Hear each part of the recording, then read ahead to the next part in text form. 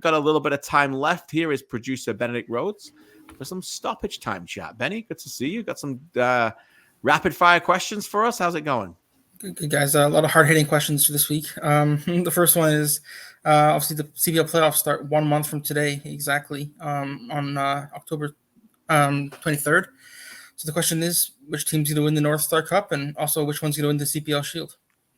Whoa, I thought you were going to ask us who was hosting the 4-5 game there for a second. You built it up big enough. Well, I might as well answer that too, Kristian. So that's a difficult one, but I think who's going to wear I think Forge are going to win the Shield. I think I'm going to put it at probably 95%. Is that fair, Charlie? Yeah, I would be at this point be shocked because it would take a significant drop off in form from Forge, which just does not seem to. Maybe if you'd asked me this last week when Forge had lost 3-0 at Halifax, I might have been a little bit less sure. But I'm pretty sure Forge are going to win a Shield. So we're going to go 95% chance for Forge, and I think the North Star Cup is their favorite to win that as well.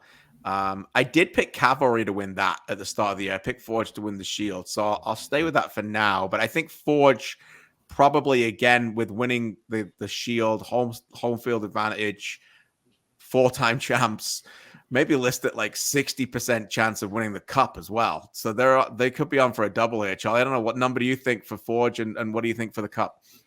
Yeah, I mean, I do think Forge are going to be incredibly motivated by being the first team to win the double.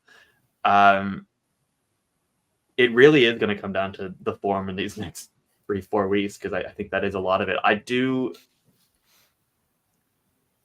know. I want to pick something interesting. I want to pick York, but I just don't know. I just don't know if I can do it. All right, York are going to win the North Star Cup. There you go. At Tim Hortons Field, probably. There's your big clip for social. Yeah. And no love for Ottawa. I think Ollie Basket can get it going in the final few weeks and get them over the line. Maybe. That's why it's so hard to tell. Yeah. The good thing is all these teams are, I personally think the quality goes up every year. And I look at Cavalry and I look at Atletico Ottawa and what we've talked about. And of course we can break down some of the challenges they have, but these teams don't lose games. They don't lose many games. We've talked about, Carlos Gonzalez's, handbrake on a little bit, but I think they're 6 unbeaten. Cavalry have lost 4 all year. Forge are the best team right now. York are tough. So it's like, come knockout football and anything can happen. That's going to be great. Hey, if Moses Dyer can still score a goal per game for the rest of the year, then Pacific will win the Cup. There you go. I heard it here first. Moses Dyer is going to win the final MVP. You guys touched on this a little bit just now, but Valor, Halifax, and Vancouver currently on the outside looking in. Who do you think has the best chance of making up that ground over this final month of the season? I'll probably say Halifax. I just think that they've been scoring goals. They've got to win their home games, right? Vancouver at home, York at home, have to win them, right? But you would back them to do that. That's the other thing. Is the thing with Valor is that they've been so good in so many aspects, but they're just leaving points on the table far too much. And I think Valor are more consistent than Halifax. But when Halifax, I think, play at the level that they play at to the best of their ability, they've got a higher ceiling. Yeah. I think their floor is lower than Valor. When they're bad, they can be bad. But they show, Charlie, their aspects. So I think that's probably why I would lean the Wanderers. Yeah, I think for me, the reason I would lean for Halifax is because a lot of the issues they've had recently haven't necessarily been in the kind of football they're playing or the actual performances of the players on the pitch. It's just that they haven't been able to have their best 11 on the pitch very often, and largely because they haven't been able to keep 10 men on the field. But I do think that when they have their full strength team out there, when they are engaged, they are arguably the best of the bottom 4.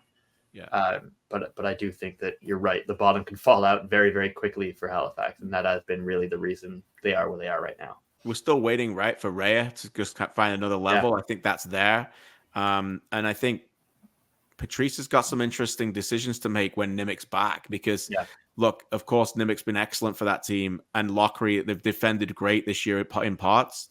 But what Alphonse and Mekadesh bring is athleticism, and they bring pace, and they bring a little different dynamic to the way that they can defend in games. and maybe that can help them a little bit more going down the line. It'd be interesting to see what he decides. Yeah, I genuinely don't think Dan Nimick will start next week in Ottawa. Given what Patrice said about him after the Pacific game, he said Dan needs to do some soul searching. Right. That sounds to me like a player who is going to have to win his job back. Right. Do you think there's a possibility maybe where Dan Nimick gets moved to right back as opposed to center back, and maybe that opens up possibilities to get him in the lineup, but maybe not in that sort of central position? Potentially, but he is. I mean, Clem's been great there. Yeah. And Timoteo's been hurt, and Fernandez has been very good at left back. So I think they've been okay in those positions, Charlie. Yeah, I agree. I mean, Baez was probably Halifax's best player on Wednesday against Pacific. Yeah. So I don't think that you're going to want to take him out of that role anytime soon. Right. And last question, which CPL newcomer this season has had the biggest impact on their team, and newcomer being has never played in the Canadian Premier League before this year? Charlie, you want to take that first? I think the obvious or most obvious to me answer is Daniel Para, who we've spoken about a lot on this show. Probably one of the best defenders in the league this year, best fullbacks. In and out of the squad at times because he also has had quite a few suspensions, but is a player that has come into a role we thought was maybe a vulnerability for Forge and made it an incredible strength. So I think that has to be my answer. I like that.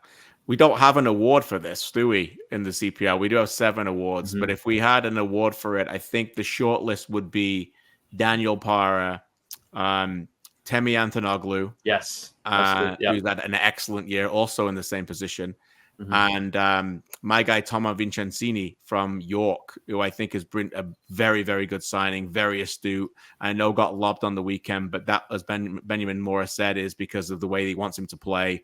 I think he's been an outstanding goalkeeper and could win goalkeeper of the year this year. So I think those 3 deserve mention amongst a few others, Benny. Yeah, definitely. I'm going to give a quick shout as well to Denny Morer. I think he set the Ottawa club record this year for most assists in all competitions, and hasn't started every game with Chris Twardek playing there a lot of the year as well. But when he has played, I think he's been excellent as well on both sides of the ball. Yeah, it's a good shout. And Morer has allowed Carlos Gonzalez to shift into that back 3 and push further forward and really bring some real width on that side. He's been very good. I like that.